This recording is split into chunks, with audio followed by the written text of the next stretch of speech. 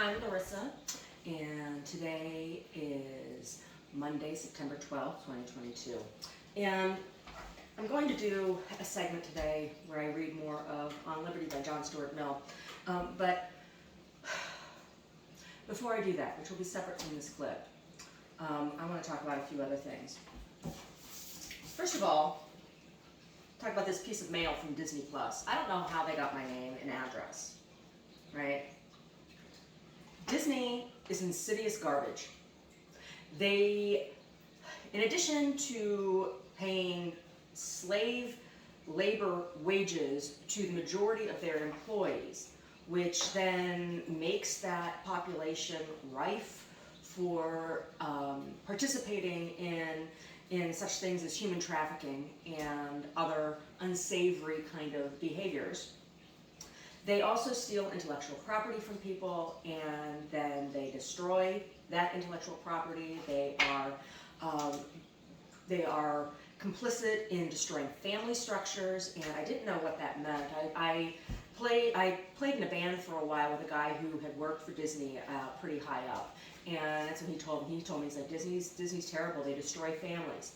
Well, for their material, they will follow people around, and they like I said, they steal intellectual property, all kinds of just really shifty practices. Then they manufacture all of this garbage, all these garbage plastic toys, and perpetuate this fairy tale princess culture, and it is garbage through and through and through and through. And I'd like to know, Leah Bono, did you get me on their list? Somebody I went to high school with who worked for Disney. Love to know. She said that it's a horrible environment, particularly for women to work in. She told me that with her own mouth to my face in her dining room down there in LA. So, Disney, you're trash. I don't want anything from you. Stay the hell away from me and my family. Second thing in the mail, I got this thing about Branson Forte Fire Protection District, right? And this is the fire station that's close to me. Now, if they shut this down, it's going to probably affect my home insurance, right? Because I'll be further away from a fire station if they close this down. Branson Forte Fire Station has not been particularly accessible to me. Like, if you go there and knock on their door and talk to them, like, they're very standoffish. And, they've been looking to hire volunteers. Well, I'm not willing to volunteer anymore for anything. The government has worn that welcome out. And I'll also say that Scotts Valley is trash as well. So my property has one parcel that's Scotts Valley and two parcels that are unincorporated in Santa Cruz County. And since we've moved here, since we bought our property, we have been harassed by law enforcement and other officials and neighbors alike. And the biggest problem around here is that nobody has really taken care of their property. Nobody has done forest thinning, nobody has done forest stewardship, and now there's a big argument back and forth, and Scotts Valley wants the wells that are over here in the unincorporated area. They want access to the wells. There's people around here poking around my property all the fucking time. CAL FIRE came out here unannounced to do their annual inspection, and it was the first time they'd ever been out here in the almost 5 years that we've owned the property, and they gave some song and dance about how, we do it every year. Well, I've lived here for how long? It's the first time I've ever heard about your ass coming out to my house. And you tell me what law says that a federal official or a state official is allowed to come and inspect my private property whenever the hell they please without calling and making an appointment. You show me where, CAL FIRE. You show me where, Jonathan Cox. Right? So, I'm not willing to pay anymore. I'm not willing to pay anymore. Already paying through the fucking nose to take care of my goddamn property. And when I call the police because shitheads come out here and vandalize on my property, nobody wants to be fucking bothered. You can all go screw yourselves. You can all go screw yourselves. You'll have your stupid Zoom meeting. I don't fucking care about your Zoom meeting. I'm not willing to participate in your Zoom meeting where you get to mute whoever the fuck you want in your fascist system. I was all polite and nice when we first moved here, and y'all treated me like garbage, so fuck you now. That's what I have to say. I'm not volunteering for you.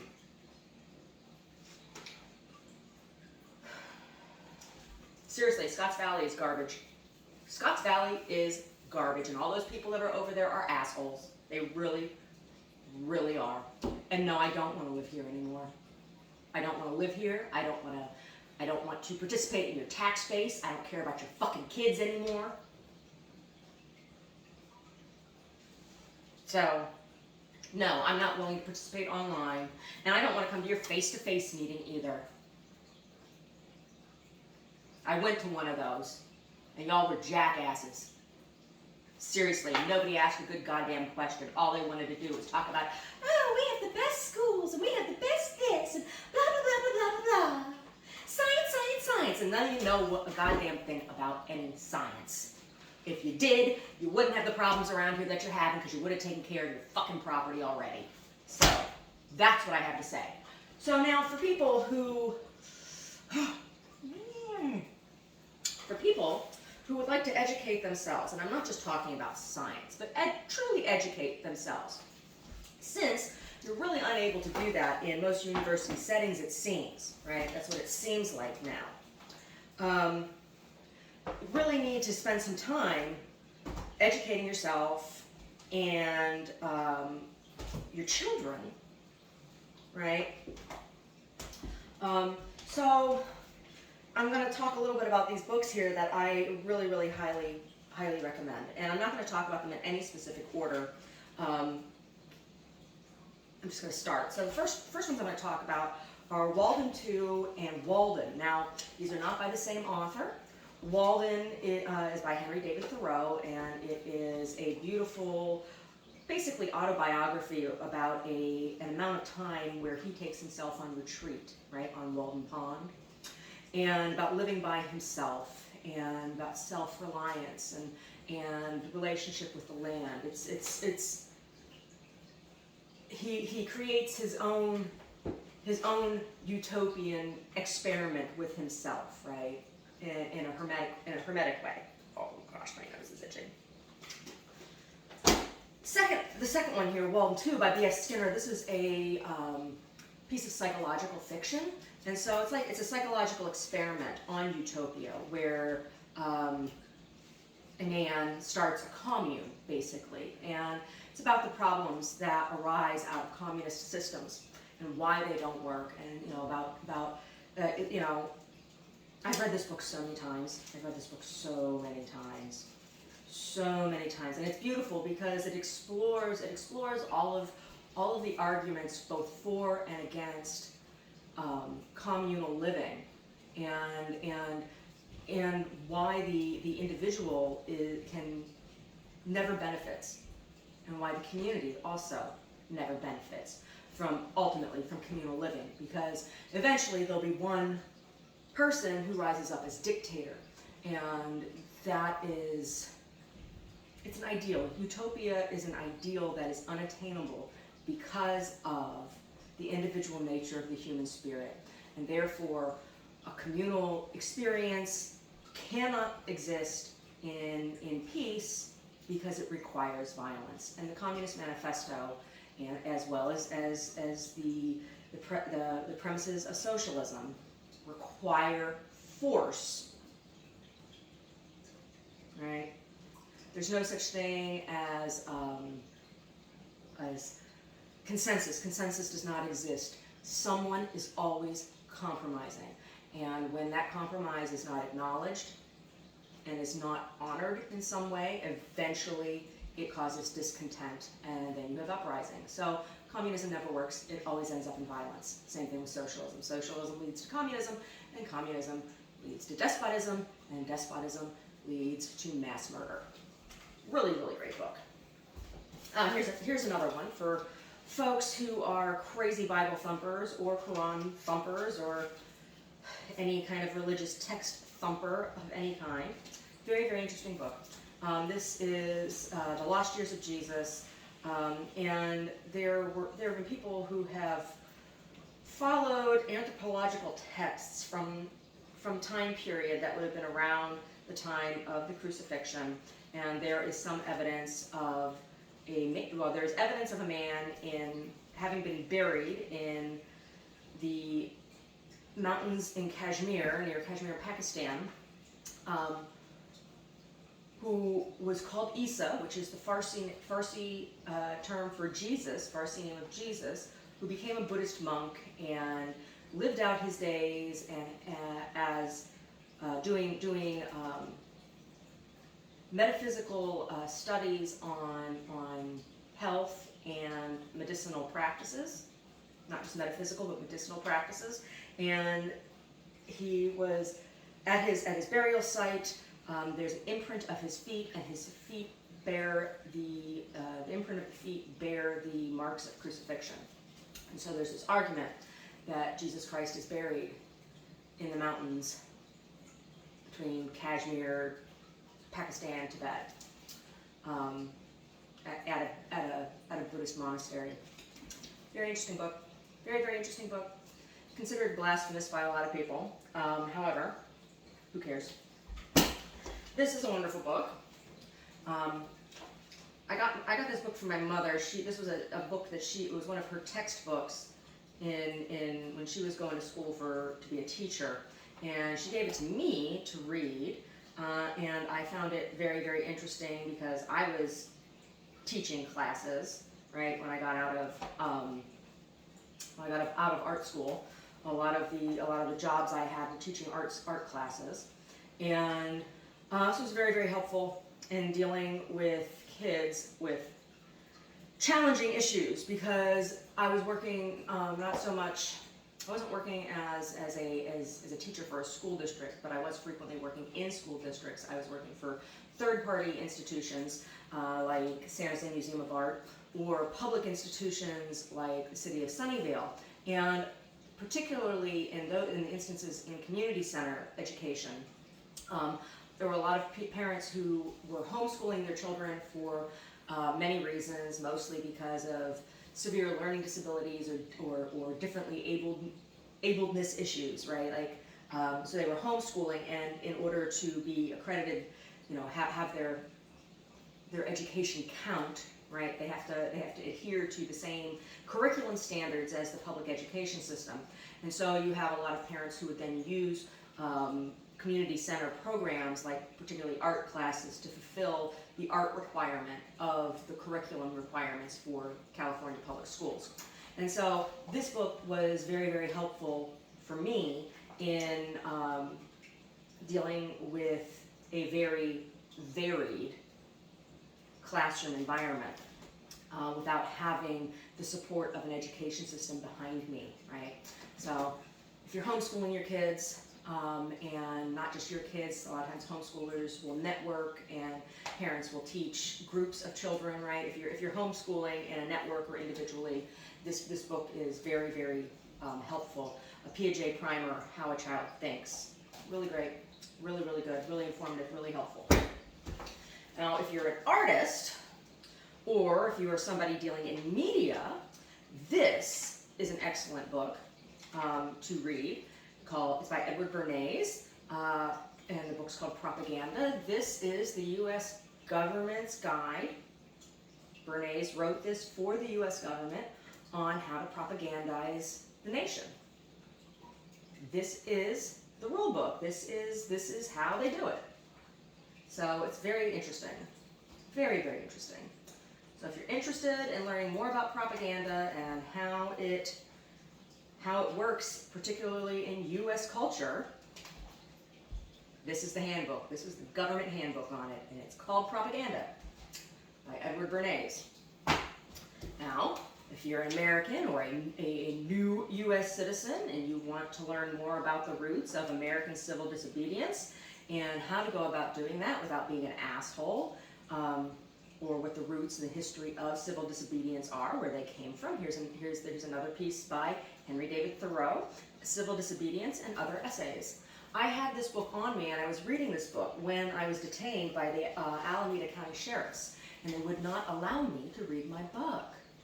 They brought me some piece of crap, right? This was just one of the books I had with me. It was just one of the books that I was reading at the time. So this is very interesting. They're essays, and there's a few different essays in here. There's another one here, Life Without Principle. What else is in here? Oh, there's an essay in here called Walking. Very interesting. Very interesting. American thought. American thought. If you want to learn about government in general, this is Plato, The Republic. Now, this is not my original copy of The Republic. This is a copy that I got since then. My original copy that I had written all my personal notes in, I gave to my cousin Joseph. I don't know why. Ugh, I kicked myself for that. I had all my notes in there. This is the definition of what a republic is. In the United States, it's not a democracy. It's a democratic republic. Now, not all states are structured the same either. So California is a republic, and so the governmental structure of the state of California is supposedly based on the model of a republic. And Plato defined what a republic is. That's what this book is about. This book is the definition of what a republic-style government is. Very, very informative. So then, of course, right now I am reading On Liberty out loud. And the next book I'm going to read out loud is going to be this one, Consolation of Philosophy by Boethius. And I talked about that in another clip. This book is excellent. John Steinbeck, To a God Unknown. This book, it's his second novel, right? The first one or second one? It's the second one. I believe it's his second one. But this is a very, very interesting portrait of the history of California. And it is from the perspective of the people who came here, right? Trying to escape the Midwest, right? Who came out here to get land after the gold rush. Not just this guy in here, he wasn't coming out here to pan gold, right? Joseph Wayne, the main character, was not coming out here to pan gold. This is post-gold rush, and so this is about the farmers who came out here, right? The people who came out to farm the land. And since California is one of the largest, if not the largest, agricultural producer in the United States, this is a particularly interesting historical fiction. Then, of course, the one I have here is another Plato piece, The Symposium. And the Symposium, reading this to me, was more about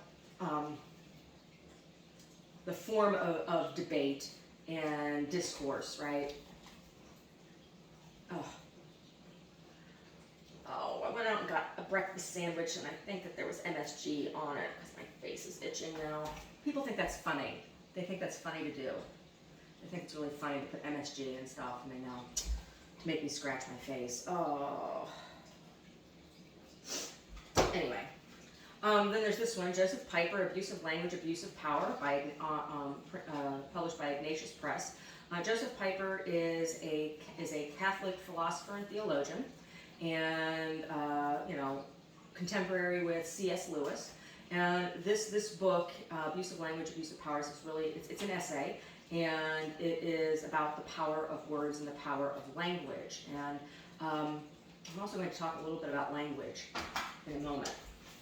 Really interesting read, and it's particularly for people who make art or media. Not all media is art. Sorry, guys. You're not all artists. Some of you guys are just propagandist assholes, which I think Disney has become propagandist assholes. They no longer have an art element. They become pure propaganda. which is corruption. So then there's this book, Anarchism: Arguments for and Against, by Albert Meltzer, and this is published by the Anarchist Press and distributed by the Anarchist Press. And I actually bought this from a representative of the Anarchist Press. Very interesting. Very interesting, like looking at two sides of any issue, and it's extremely thought-provoking, extremely dense, and I will eventually read this one out loud as well. It looks short and small, but it's this, packs a punch. It's very densely nutritious. So back to talking about language. Oh, it's important to know where your language comes from. And people like to talk about curse words. Oh, stop cursing. Fuck you, fuck you, fuck you. Right? To me, that's not a curse word. Right? You want to know what a curse is? Well, before we get there, another word, talking about the origin of words, where they come from, where these words come from. Let's take the word slave and slavery. The word slave comes from the word Slav. And I bring this up right now because half of my family's heritage, my genetic family, my biological family, are Eastern European. And currently, there's a big, bloody, bloody, bloody war that is happening in Ukraine, and which is, the heart of Eastern Europe, right? The front line with staving off Russian imperialism, and not just imperialism, but aggression. And the word slave comes from the word Slav, and the Slavs are ethnic groups of people largely settled in Eastern Europe and Russia, who were enslaved by Africans, largely North Africans, and peoples from other ethnic groups along the Silk Route, notably the Turks, the Ottoman Turks, and others, right? So the word slave comes from the term Slav, and half of my family is of Slavic origin. So it's important to know where these words come from. It's important to know. So next time you're touting that word slave and slavery, just remember that. Just remember that. So, back to cursing. Back to fucking cursing. Do you know what a curse is? A blight upon your house. May you and your children be barren. May your fields be fallow. May your skies turn black. May there be a plague upon your land. May your rivers run red with blood. This is a curse. Those are curse words. So don't ever come at me about speaking politely.